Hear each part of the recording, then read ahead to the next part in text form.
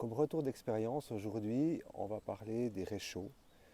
Parce que les réchauds, quand j'ai recommencé à sortir en forêt pour vraiment y vivre et puis vraiment faire de la randonnée, il me semblait important de pouvoir chauffer quelque chose, que ce soit du thé, une soupe, et pour des marches plus longues, bien sûr, pouvoir faire des repas. Alors je vais vous présenter un petit peu le matériel que j'ai acheté, dans l'ordre où je l'ai acheté, pour quelles raisons je l'ai acheté, avec les avantages et inconvénients, pourquoi certains je les ai laissés tomber, au profit d'autres. Donc on va voir tout ça. On va commencer par les premiers réchauds que j'ai achetés. C'était des réchauds pour le bois. Comme bon Neuchâtelois, j'avais dans l'esprit d'aller faire mes petites torées et puis d'utiliser du bois. Donc sur internet, j'ai trouvé différents modèles. Je me suis intéressé à une Rolls, qui est le Bushcraft Essential, qui est un réchaud tout acier.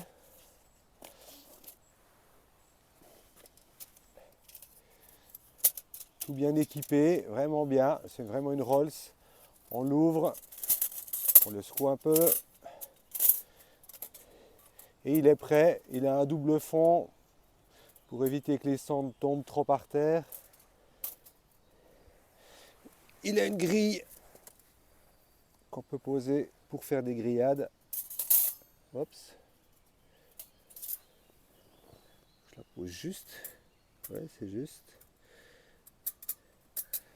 Voilà, je montre. Ou on peut utiliser des petites plaquettes qui sont intégrées pour pouvoir poser sa popote.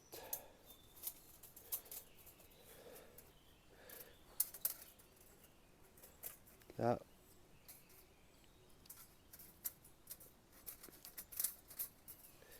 Et là. Voilà. Donc c'est vraiment un super grill.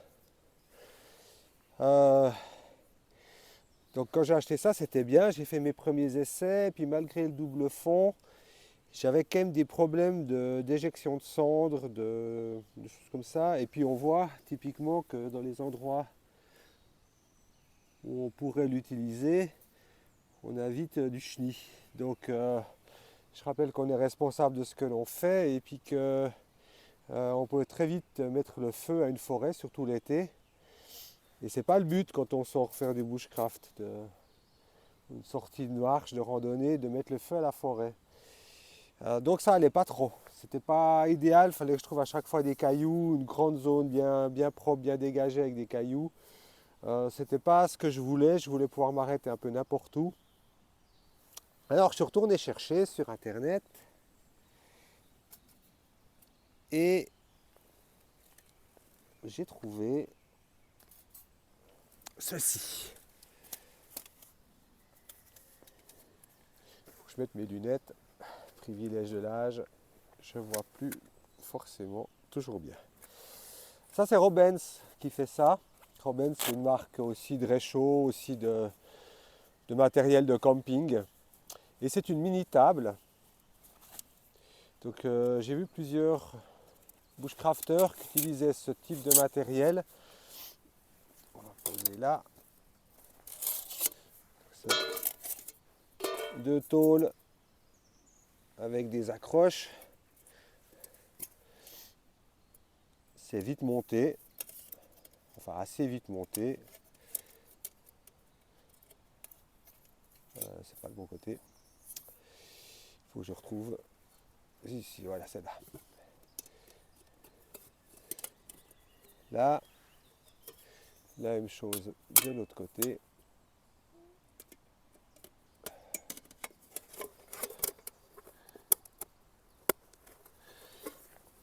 Et une fois qu'on a fait le premier, le deuxième est plus facile. Voilà. On obtient une mini table. Oups là.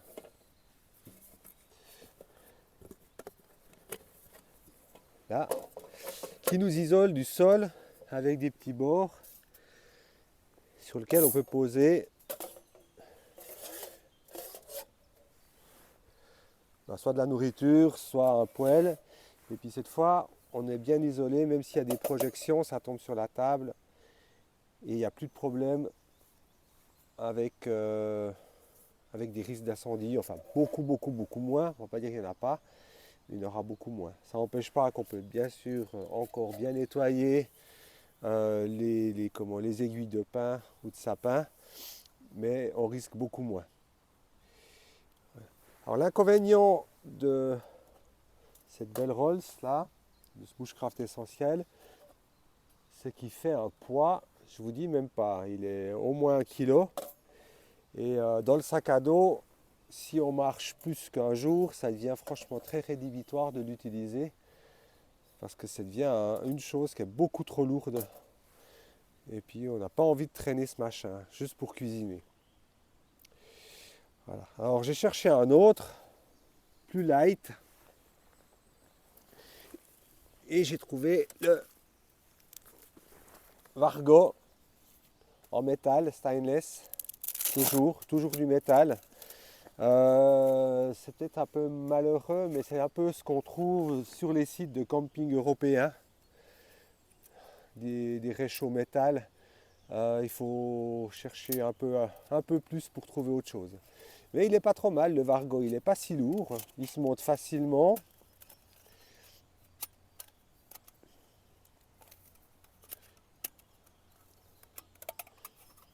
Voilà, il est monté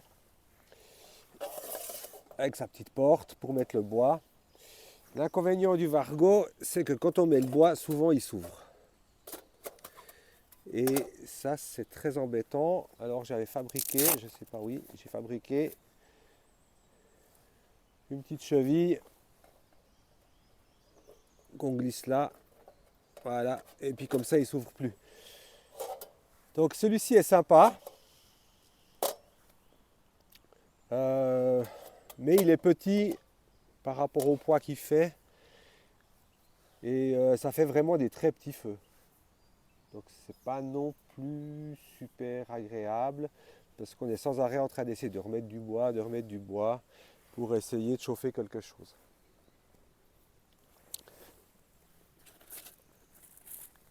Alors je suis allé voir chez mes amis chinois, donc sur Ali, et c'est là que j'ai commencé à me rendre compte que les Chinois, ils adorent faire du bushcraft, ils adorent faire de la randonnée, et eux ils ont plein de matos. Et la différence, c'est que eux, c'est tout du titane.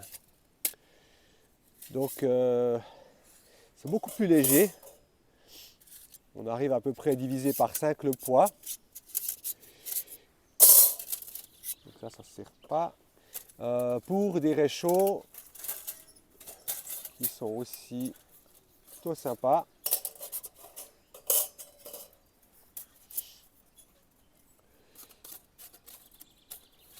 Facile à monter.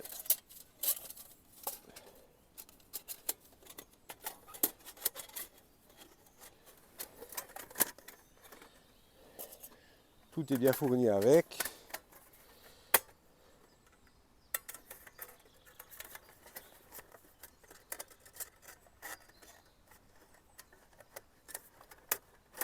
Voilà. Donc ça c'est la marque Lixada. Voilà.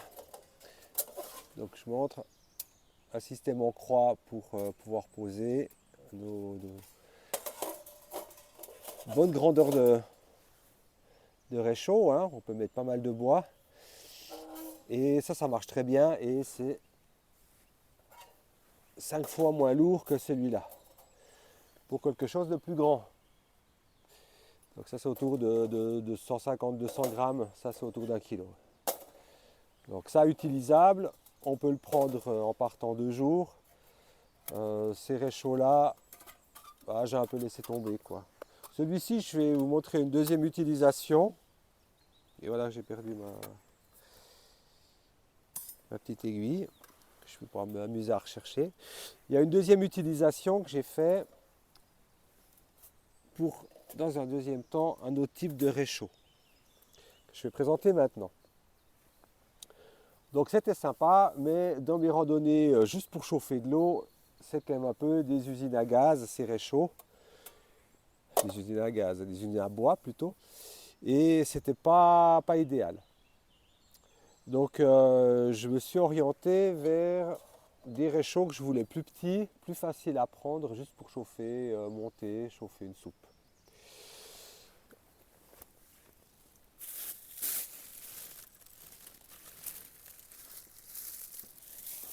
Je me suis donc orienté vers des réchauds qu'on appelle des réchauds à alcool ou gel alcoolique. Donc j'en ai ici un modèle de type armé, c'est du gel. Ça fait longtemps que je ne l'ai pas utilisé, je ne l'utilise plus.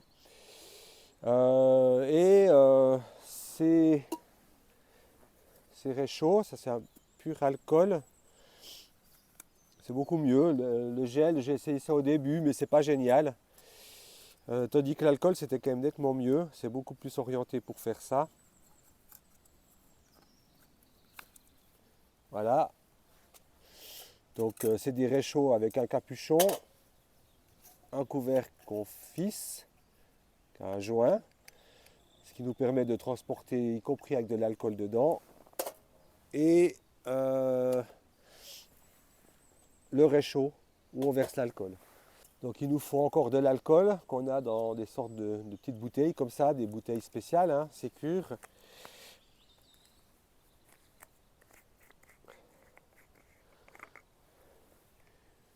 On verse l'alcool dedans, à peu près la moitié.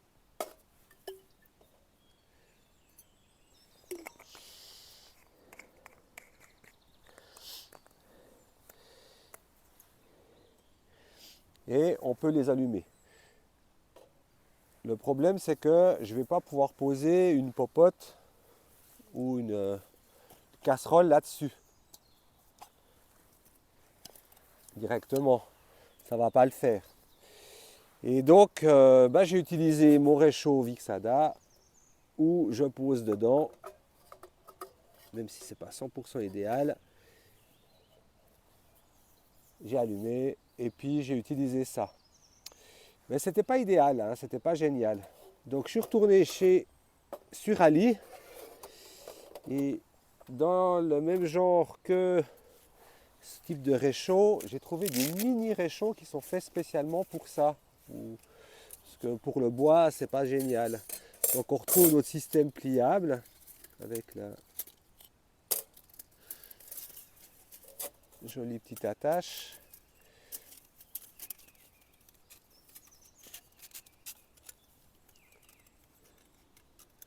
Et la différence, c'est qu'on va mettre cette pièce en plus.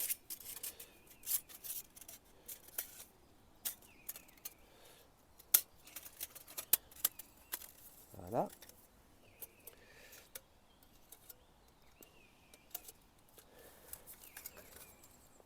Donc ça refait une sorte de mini réchaud, hein.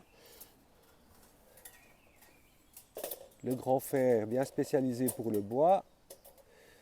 Le petit plutôt spécialisé pour l'alcool avec son ouverture. Et cette fois, on a le réchaud qui est bien mis dedans. Et je trouve qu'on va pouvoir allumer. Voilà. Alors, c'est des réchauds qui chauffent. Il faut les laisser chauffer un moment parce que les vapeurs d'alcool vont faire activer le système qui fait qu'ils vont donner de la flamme suffisamment forte après pour chauffer de l'eau.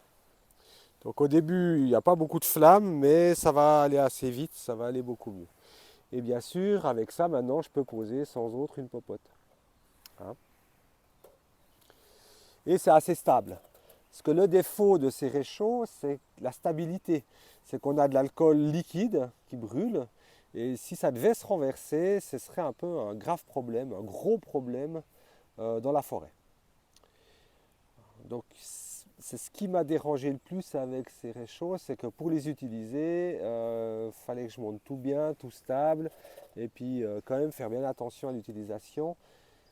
Alors l'automne, quand c'est bien humide, c'est pas un problème, mais l'été, c'est un problème. C'est carrément même un gros problème. Voilà. Mais j'ai utilisé ça pendant quand même 2 ans.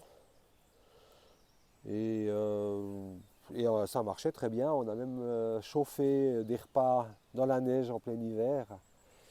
Il faut juste tenir un peu le récipient pour réchauffer un peu l'alcool avant de l'allumer, mais une fois que c'est parti, ça marche.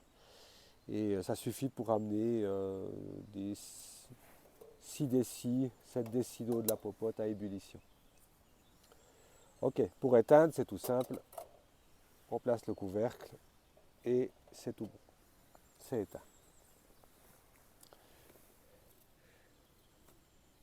Donc maintenant qu'on a fait les alcools, qu'on a vu ça, je vais montrer la suite. Alors la suite, c'était dans une démarche de pouvoir partir sur plusieurs jours et vraiment faire des repas de manière efficace. Et c'était vraiment pour pouvoir plus cuisiner en forêt. Parce que le bois, c'est sympa, mais il faut aller le chercher, il faut le couper, il faut tout préparer. Ça dure une bonne heure de préparation, plus la chauffe. C'est pas évident quand on randonne puis qu'on marche. C'est beaucoup de temps de préparation pour pouvoir manger et on n'a pas forcément ce temps. Des fois, on est quand même un peu pris avec la nuit qui va arriver. Et ça, donc on est un peu obligé d'essayer de manger un peu plus vite. Donc en cherchant, j'ai trouvé un système qui m'a beaucoup plu. C'est le Jetboil Minimo. Alors c'est une vraie Rolls-Royce, hein, cet outil, ce réchaud. C'est un tout en un, donc il y a tout dedans. J'ai pris il y en a plusieurs hein, de Jetboil, il y en a des plus longs, plus fins, il y en a des qui sont faits vraiment orientés haut.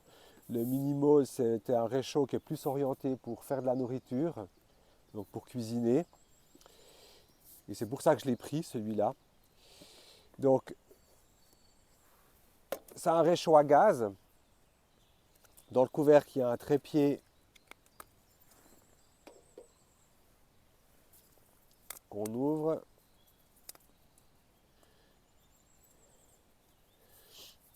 Et qui nous permet de stabiliser la bouteille de gaz.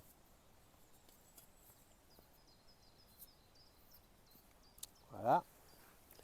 Donc ça, c'est vraiment bien parce que on peut le poser partout. Si on a besoin, on peut mettre une petite branche pour le redresser. Ça chauffe rien dessous, hein. Il n'y a pas de chaleur qui irait dessous qui pourrait faire une inflammation dans la forêt. Donc on maîtrise beaucoup mieux ce qu'on fait. C'est bien protégé, c'est réutilisable. Donc on enlève le bouchon de protection. Et on a le brûleur dans sa petite protection. Voilà, ça c'est le brûleur à gaz.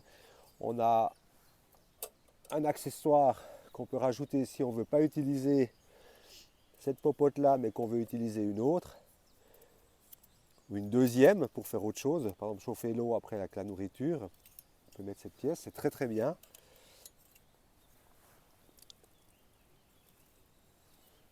Ça se visse. Juste contrôler que ça soit fermé.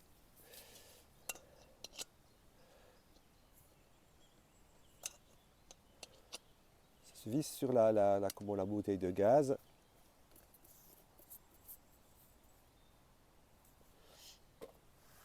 Et puis la popote, donc on a un couvercle ici qu'on peut utiliser si on fait des aliments par exemple pour les laver.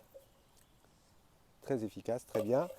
Et la popote en elle-même avec son couvercle qui nous permet aussi de verser l'eau en gardant le couvercle ou des petits trous pour enlever l'eau des aliments quand il y a trop d'eau.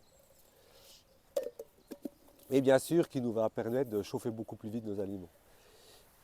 Donc ça se visse, ça se clipse pardon, là-dessus. et notre popote, elle est prête. Voilà.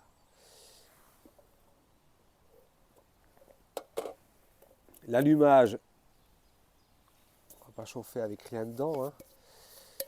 L'allumage est très simple puisque c'est du piezoélectrique. Donc il suffit d'ouvrir. Donc je prends, ici il y a le petit bouton du piezo. On ouvre.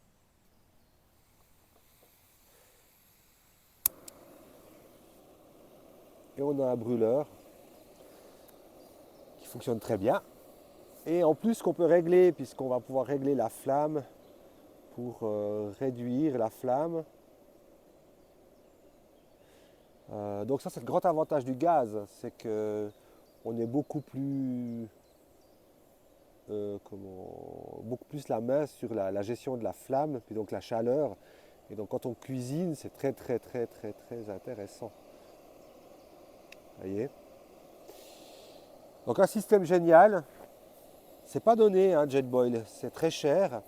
Ah, j'ai oublié de dire que cette popote, elle a un système spécial pour améliorer la chauffe avec cette espèce de radiateur et puis empêcher le vent de passer quand ça souffle fort. C'est un système extraordinaire. Vous chauffez votre eau, tout ça très vite, votre nourriture vraiment vite. C'est protégé contre le chaud, les poignées sont vraiment bonnes. Bien, défaut, c'est cher. C'est pas loin de 200 francs le minimum. Vraiment très cher. Et c'est son seul défaut, mais si on veut cuisiner dans des conditions qui peuvent être assez difficiles, c'est un système extraordinaire. Que je prends, alors, dès qu'on part 2 jours, 3 jours, c'est le système que je vais utiliser à tous les coups, je vais prendre avec moi. Même si c'est un peu volumineux et encombrant. Dans les réchauds à gaz, je vais en présenter 2 autres.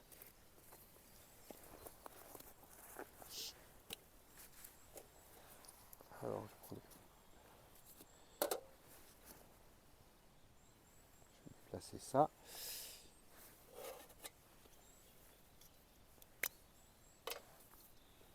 Donc, toujours avec un trépied. Cette fois, c'est plus tout en ensemble, c'est séparé. Donc, il faut acheter le trépied de manière séparée. Ça, c'est de la marque Optimus. C'est un trépied qui est un peu plus grand que le précédent, mais qui est vraiment aussi très bien, très stable.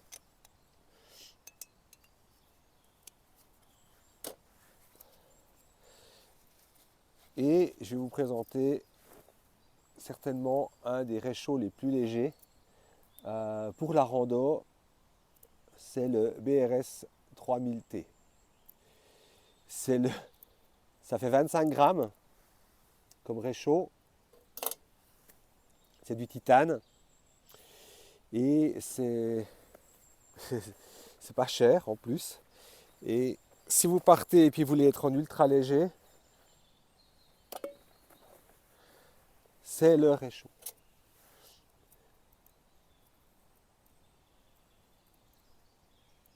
Oups. On va fermer, bien l'ouvrir. Je le visse.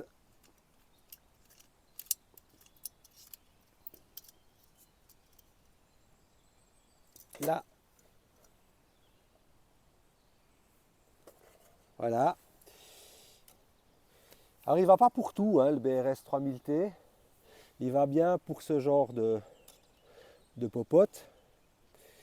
Petite marmite. Il va bien aussi pour la tout petite. Donc ça c'est une 700 millilitres. Ça c'est une 350. Donc tout ça c'est parfait. Mais il ne va pas aller pour des casseroles qui seraient beaucoup plus grandes parce qu'il est trop petit le réchaud. Donc là ça ne va pas le faire parce que la flamme sera trop petite. Même si elle est bien forte, hein.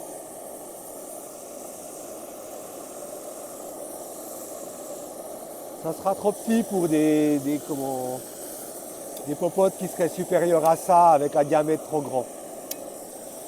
Mais c'est le plus léger. et celui qui prend le moins d'encombrement. C'est 3 fois rien l'encombrement, hein, de ce petit réchaud. Voilà.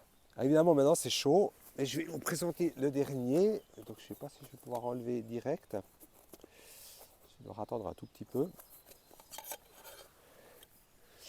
Alors le dernier que j'ai acheté, c'est le tout dernier. Celui-ci. C'est un Optimus.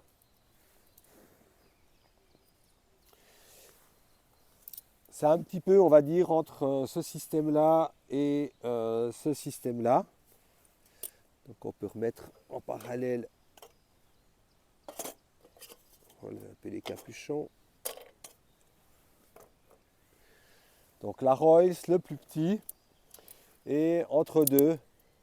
Donc c'est bien, hein, ça se replie, ça prend pas trop de place. Ça c'est 25 grammes, ça c'est 80 grammes. Ça c'est encore un peu plus lourd, une centaine de grammes, 120 grammes. Mais c'est un système qui permet de mettre cette fois-ci des casseroles quand il est ouvert. Voilà.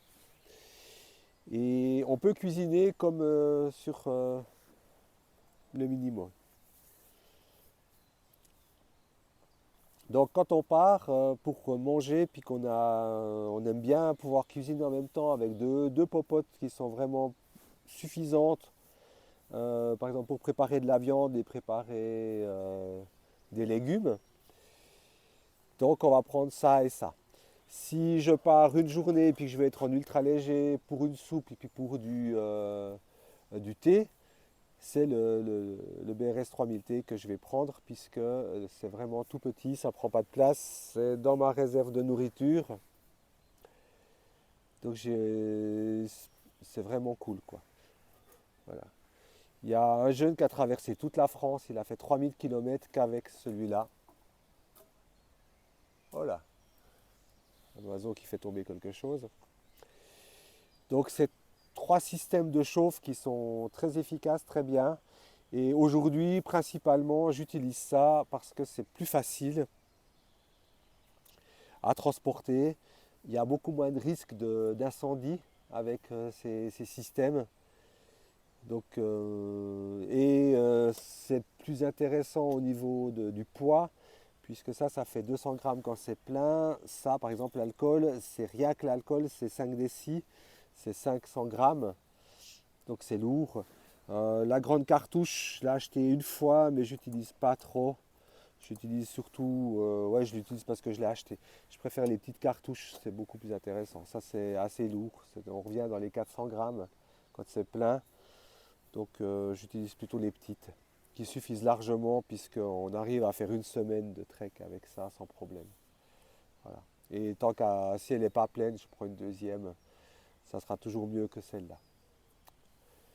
Voilà pour les réchauds. Juste encore une chose, il existe un autre système pour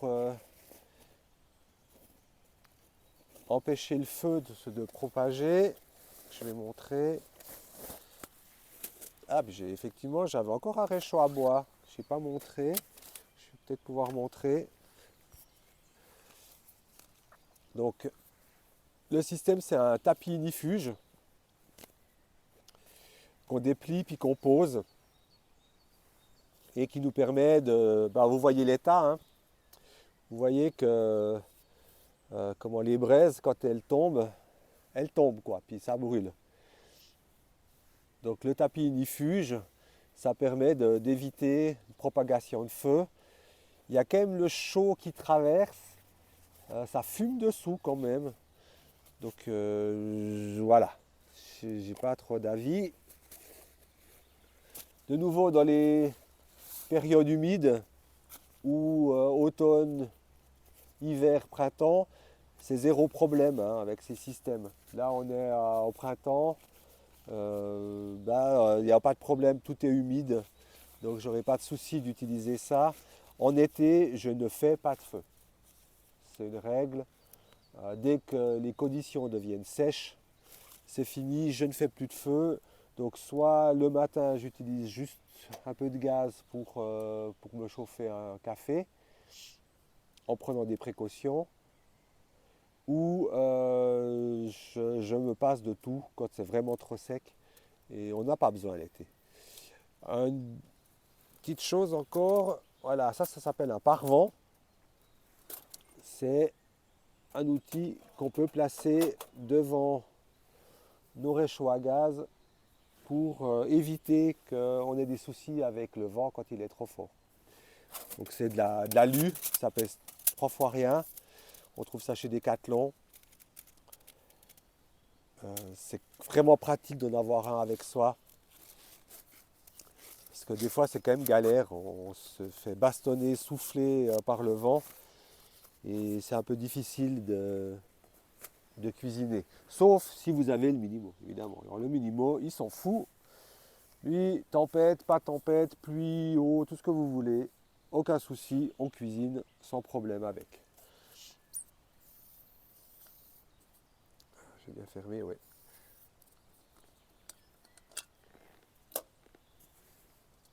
Non, c'est bon. Voilà, donc les cartouches sont vraiment réutilisables. Hein. On peut. Il y a une valve, donc il n'y a pas de souci.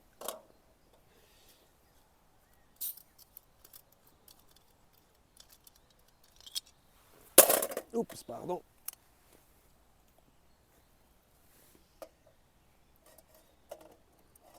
Voilà les 3 réchauds.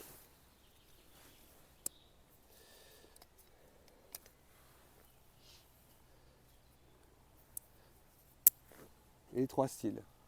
Donc un Optimus, le Minimo et le BRS 3000T. Le BRS 3000T, on trouve ça chez Rally. Ceci sur des sites pour le matériel de camping européen. Ça vaut une quarantaine de francs. Donc le Minimo, mais c'est tout le système avec la popote, avec tout, c'est 200 francs. Ça, c'est 15 francs. Voilà. Euh, les grilles, les poêles à bois, celui-ci, il était 100 francs.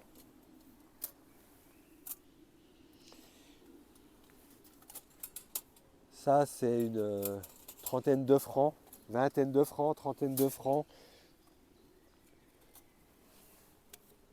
Le tout petit, c'est 15 francs. Et ça, c'était quand même 40 francs. Celui-là. Avec ce défaut de s'ouvrir trop facilement. Donc, peu intéressant. Voilà. Il y en a un que je n'ai pas présenté. Je vais te le représenter maintenant. C'était aussi un à bois de l'Ixada. C'est un autre système, encore plus léger, grand et léger.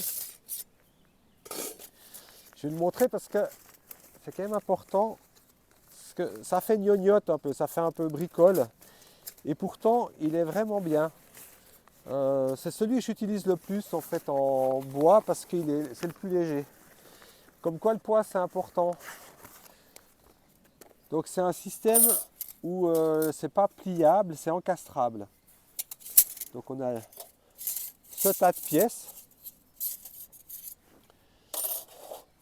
Et c'est un peu le puzzle. Hein. Il faut qu'on encastre les pièces les unes dans les autres. Donc on commence par une. Et puis on va s'amuser à mettre nos pièces. Donc on les encastre. Alors évidemment en l'utilisant c'est du métal et il se déforme un peu. Mais rien de grave, hein. Même s'il est déformé, c'est des fois un peu plus embêtant pour faire le montage. Mais ça ne va pas nous empêcher de l'utiliser. C'est juste un peu plus... Voilà. C'est pas le bon côté. C'est ce côté-là. Pardon. Donc évidemment avec des mains glacées, des fois c'est un peu chiant de faire le montage.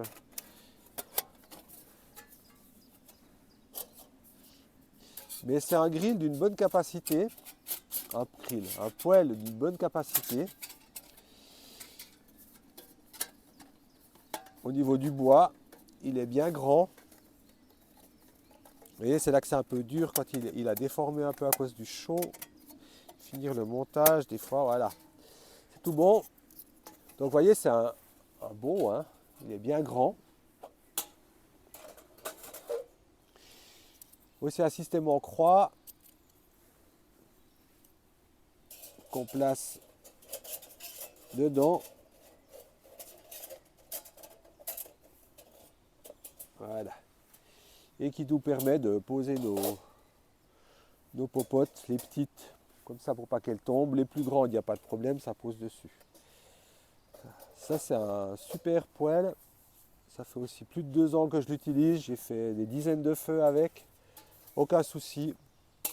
Ok, ben j'en ai fini pour tout mon bordel de poêles. Donc, ce que je préfère utiliser, ça va être surtout les poêles, les brûleurs à gaz.